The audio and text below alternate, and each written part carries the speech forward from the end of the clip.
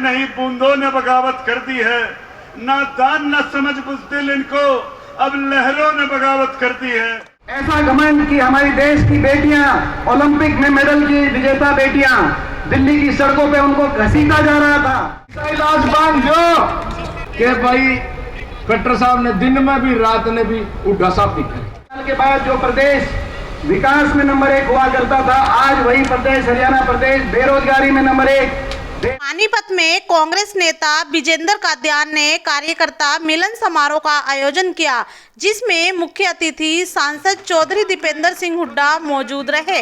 और आपको बता दें कि हजारों की संख्या में जनता यहां पहुंची, जिसमें महिलाएं, बुजुर्ग और युवा शामिल रहे। इस समारोह में लोगों की संख्या इतनी ज्यादा हो गई कि कुर्सियां भी कम पड़ गई और चारों तरफ कार्यकर्ताओं को खड़ा होना पड़ा। और साथ ही मनोरंजन के लिए रागनियों की भी प्रस्तुति हुई, जिसमें जनता ने बहुत ही आनंद लिया। और हर कोई कह रहा है कि अब की बार कांग्रेस पार्टी का दबदबा रहने वाला है।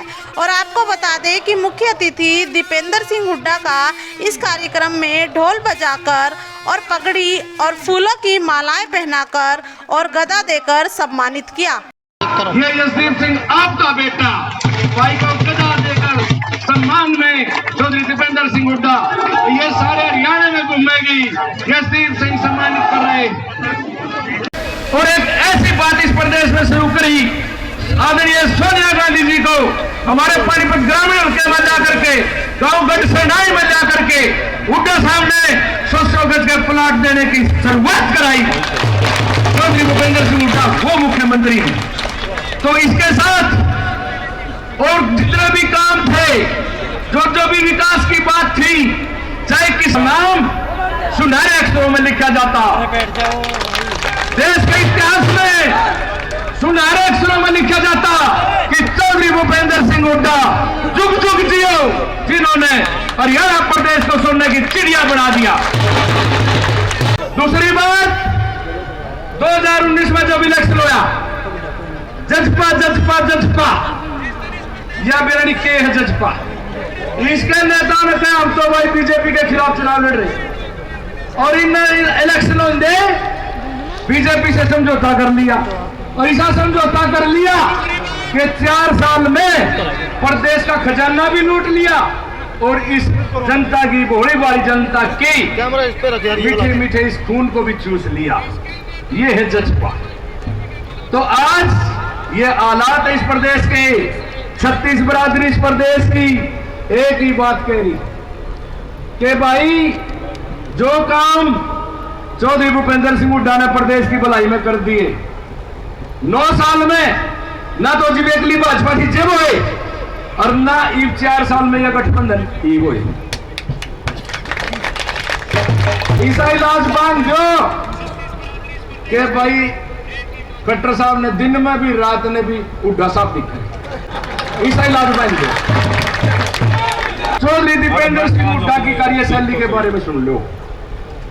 पढ़ा लिखा, ये जो बीजेपी कहती है ना पढ़ाई पढ़ाई पढ़ाई, 20 साल से तो सांसद और 20 के 20 साल से चाहे चौधरी भूपेंद्र सिंह हुड्डा मुख्यमंत्री थे, चाहे आज विपक्ष के नेता हैं, इस नौजवान नेता ने सांस नहीं लिया दिन रात, कदे इस कोने में कदे इस कोने में। आज जो ये लहर आज हर आदमी की जबान पे है, ये मैंने टेलीफोन करे 4-5 दिन, भाई के प्रोग्राम है, भाई दीपेंद्र हुड्डा एमपी साहब आवेंगे। आदमी विरागत के था, अरे कद आऊंगे रे, मतलब टेलीफोन में साझी करे था जुनू दीपेंद्र तो ई पहुंच गया। मैं कहने लगा बात सुन लो, दिन 5 पिछले संडे को इनका 8 बजे मुझे हुक्म हुआ था कि भाई अगले इतवार को मंत्री जी बिल्लू भाई तेरा प्रोग्राम कर दूंगा। मैंने मन का भी टाइम नहीं पर तने टाइम दे दिया। पहले तो भाई राम भाई साहब का सारी जनता जनार्दन की तरफ से ये धन्यवाद करते हैं हमारे। जैसा कि मैंने शुरुआत में कहा, पड़ोस में हरियाणा का शोषण करने वाली, नौजवान का शोषण करने वाली, उसके भविष्य को अंधकार में झोंकने वाली सरकार भी सम्मेलन कर रही है। तो मैं उनको आज जो यहाँ हुजूम उपस्थित हुआ है, इस हुजूम के माध्यम से, इस जन समूह के माध्यम से, चौधरी दीपेंद्र सिंह हुड्डा के माध्यम से ये कहना चाहूंगा, ये ललकारना चाहूंगा कि ए दरिया तेरी खैर नहीं, ए दरिया तेरी खैर नहीं, बूंदों ने बगावत कर दी है। ना दान ना समझ बुज़दिल इनको, अब लहरों ने बगावत कर दी है। हम परवाने हैं मौत समा मरने का, किसको खौफ यहाँ, ए तलवार तुझे झुकना होगा, अब गर्दन ने बगावत कर दी है। क्योंकि हम एक परिवर्तन की लड़ाई लड़ रहे हैं हरियाणा में। बीजेपी जेजेपी की इस खट्टर दुष्यंत सरकार इतना नुकसान कर दिया हरियाणा का। इस सरकार को हरियाणा के सत्ता से बाहर करके हरियाणा दोबारा विकास पे लाने की एक लड़ाई लड़ रहे हैं। और उस लड़ाई में इनके पास तो बहुत कुछ है। इनके पास दिल्ली में भी सरकार है, चंडीगढ़ में भी सरकार है, धन बल है, सत्ता बल है, मीडिया का बल है, बहुत कुछ है।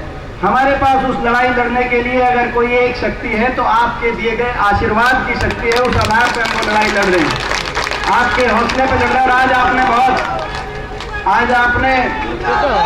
आज आपने बहुत आशीर्वाद दिया है, बहुत हमें हौसला देने का आज यहाँ पे काम किया है। ये सरकार बनी आज से 9.5 साल पहले। चुनावी वर्ष में हम पहुंच चुके हैं। 4 महीने के बाद लोकसभा का चुनाव है और 10-11 महीने के बाद विधानसभा का चुनाव। जब चुनावी वर्ष में आ जाएं तो सोचने, विचारने और तराजू पर रख के तोलने का समय आता है जनता का। बहुत आशाओं के साथ हरियाणा की जनता ने ये सरकार बनाई थी 2014 में। 2014 से पहले जो हरियाणा विकास के मामले में कांग्रेस की सरकार में, हुड्डा साहब के नेतृत्व वाली कांग्रेस की सरकार 10 साल रही हरियाणा में। देश में विकास में सबसे आगे वाले प्रदेश में उस समय हरियाणा माना जाता था। प्रति व्यक्ति आय में नंबर 1 थे, प्रति व्यक्ति निवेश में नंबर 1 थे, खिलाड़ियों के सम्मान में हरियाणा का नाम देश में माना जाता सबसे आगे। गरीब की कल्याणकारी योजनाओं की बात हो, चाहे किसान के हकों के फैसले की बात हो, और 10 साल अमन चैन शांति हरियाणा में, कानून व्यवस्था, कहीं कोई भाईचारे पे खड़ो, कहीं किसी वर्ग को धरना नहीं देना पड़ा, ना किसान को धरना पड़ा, ना हमारी पहलवान बेटियों को देना पड़ा, ना कर्मचारियों को, ना गरीब आदमी मजदूर को, छोटे व्यापारी, किसी को 10 साल धरने देने की आवश्यकता नहीं आई। अगर किसी ने कोई समस्या किसी वर्ग की आई तो संवेदनशीलता से और सहानुभूति से उसका समाधान करने की तरफ सरकार ने काम किया। फिर नारा है अच्छे दिन आएंगे, अच्छे दिन लाएंगे, महंगाई को कम कराएंगे। लोगों ने सोचा कि शायद और तेजी से हरियाणा आगे बढ़े, विकास हो, रोजगार मिले, अमन चैन, भाईचारा, खुशहाली फैले।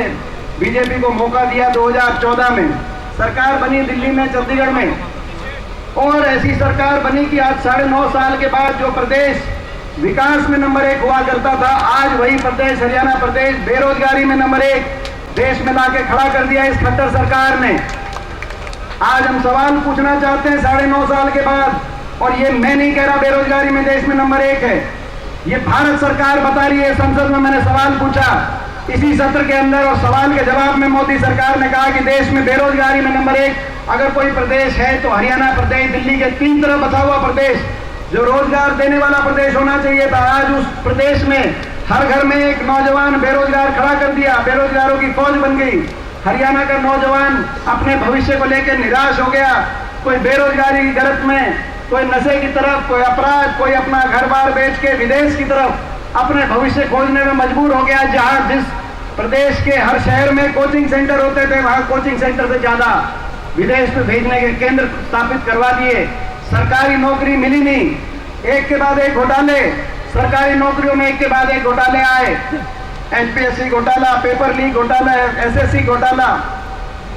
या तो सरकारी नौकरियों को अस्थायी कर दिया गया जैसे कौशल निगम के माध्यम में, अग्निवीर के माध्यम से, या वो जो नौकरियां निकली वो घोटालों की रेट चढ़ गई। और फिर भी अगर कोई लिस्ट निकली तो उन लिस्ट के अंदर हरियाणा से ज्यादा बाहर के नौजवानों का नंबर लगा। अभी पीछे 156 प्रोफेसर की लिस्ट निकली थी, 156 की लिस्ट में आपने देखा हरियाणा के केवल 53 नौजवान उसमें आए, 103 दूसरे प्रदेशों के नौजवान। मैं पूछना चाहता हूं देश में कौन सा ऐसा प्रदेश है जहां इस तरह से खुद के प्रदेश के नौजवानों को अवसर नहीं मिलता।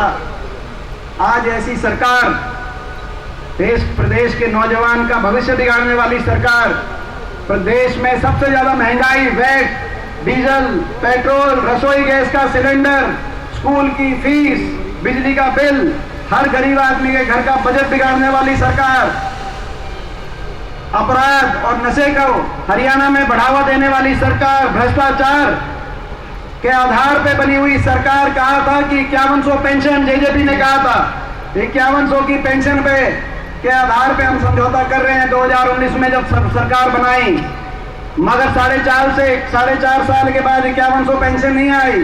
वो समझौता 5100 की पेंशन के नाम पे नहीं था, अपनी भ्रष्टाचार की फाइलों को बंद कराने के लिए और प्रदेश में महकमे लेकर भ्रष्टाचार की छूट के लिए समझौता किया गया। प्रदेश के सामने सार्वजनिक हर व्यक्ति ये जानता है कि सरकार भ्रष्टाचार के आधार पर बनी हुई सरकार खुद भ्रष्टाचार कर रहे हैं और प्रदेश को विकास की पटरी से उतारने का काम कर रहे हैं। लेकिन ये सब भी मैं समझता हूं कि एक तरफ था, लेकिन दूसरी जो और भी ज्यादा आज हर आदमी के दिल में जो सेक्रेटरीज है कि ऐसी सरकार, हरियाणा ने नुकसान इतना कर दिया, कुछ काम किया नहीं, लेकिन अहंकार 7वें आसमान पे, घमंड 7वें आसमान पे, इतना घमंड कि 1 साल तक किसान बैठा रहा धरनों पे, 750 किसानों की जान चली गई, किसी ने एक सहानुभूति के 2 शब्द नहीं कहे। ऐसा घमंड कि हमारी देश की बेटियां, ओलंपिक में मेडल की विजेता बेटियां, दिल्ली की सड़कों पे उनको घसीटा जा रहा था।